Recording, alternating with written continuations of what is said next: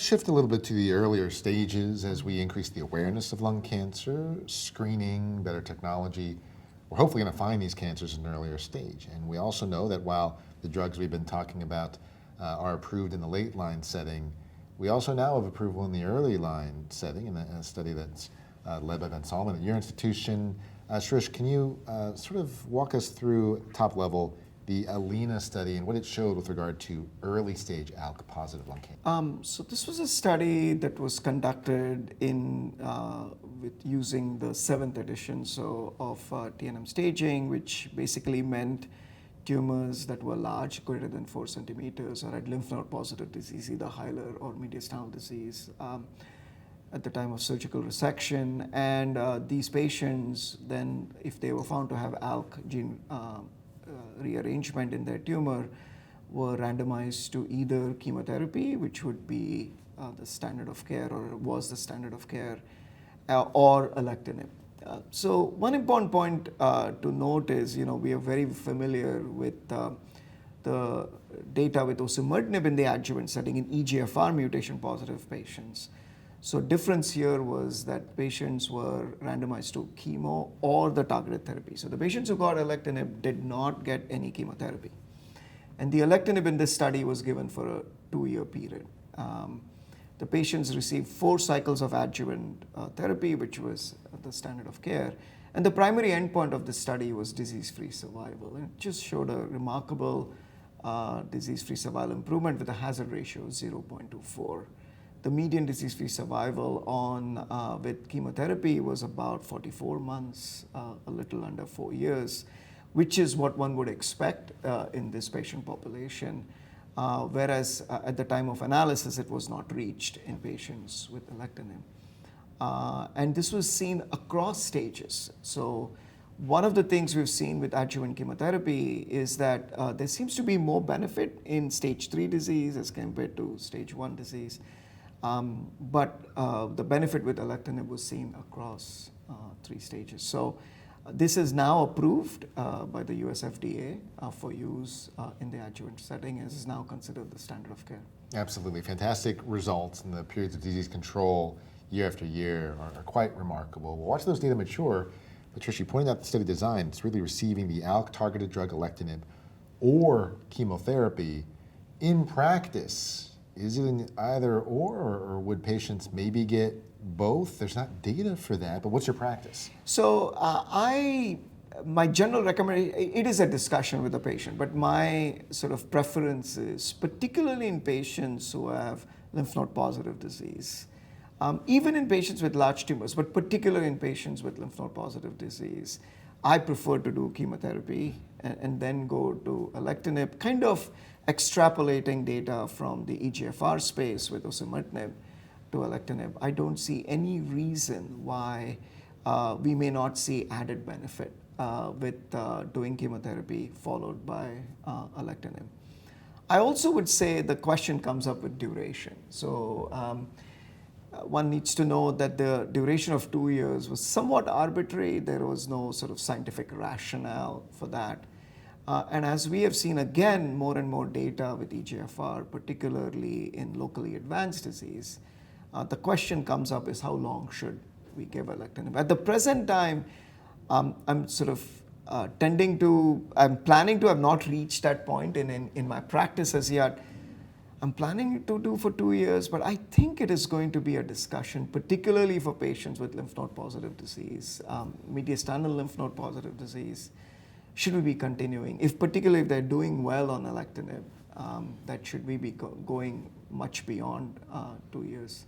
So I think a lot of good discussion points there. Start with this chemotherapy part.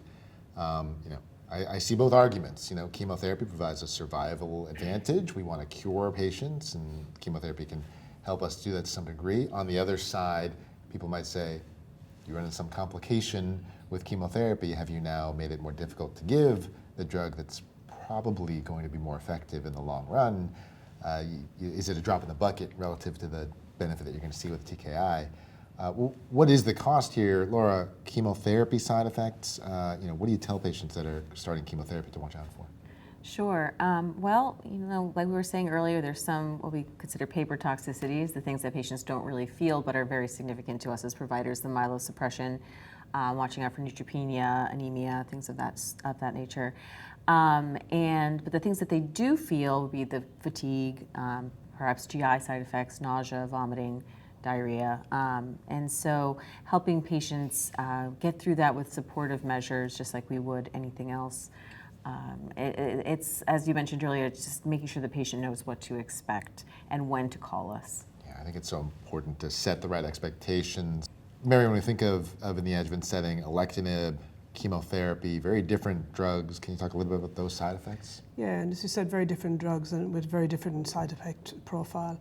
And as Laura said, going through with the chemotherapy side effects, talking them through, making sure they know who to contact, that they've actually got a number to contact, which I think is really important for a point of contact for patients.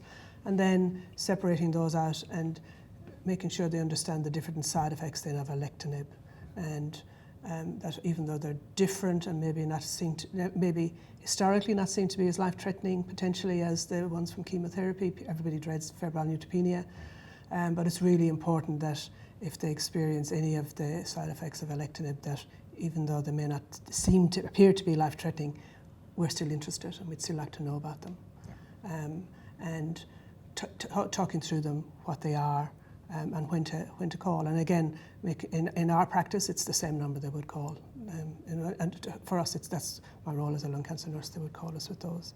And assuring them that they're not being a bother and not bothersome. It's really important that we know about it, and that we can't help with anything we don't know about.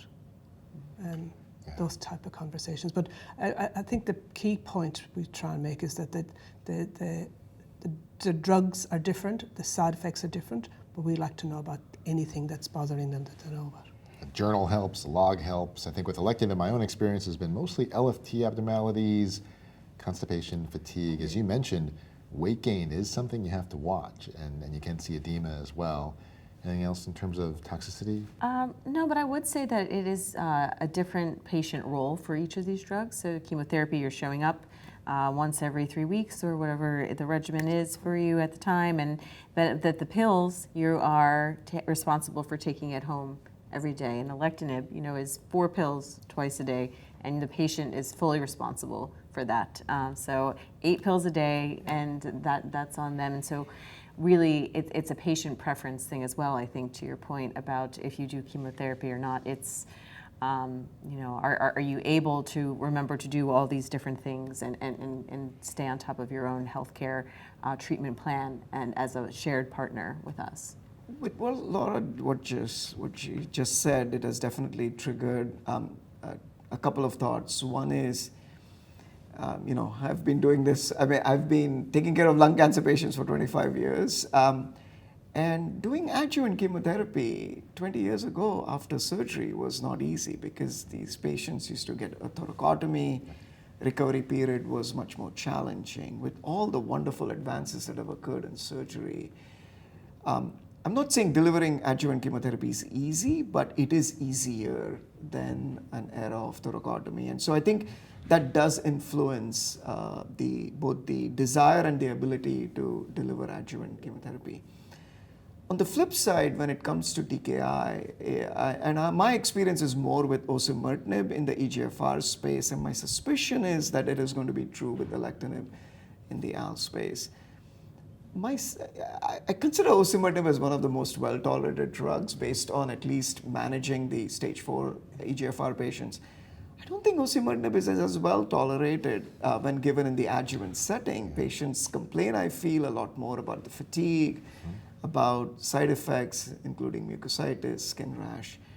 And I wonder whether that's going to be also the case with alectinib in the adjuvant setting. So we think of chemotherapy as this difficult treatment to give, and targeted therapy as easy treatment to give. We do need to recognize with the advances that have occurred in surgical techniques. Again, there are side effects with chemotherapy, but it is a lot different to give chemotherapy now than what it used to be 20 years ago. On the other hand, taking a pill in an adjuvant setting for 2 years, 3 years, whatever length of time we eventually decide to give alectinib for, may have its challenges that we may not have thought of or encountered in the advanced setting.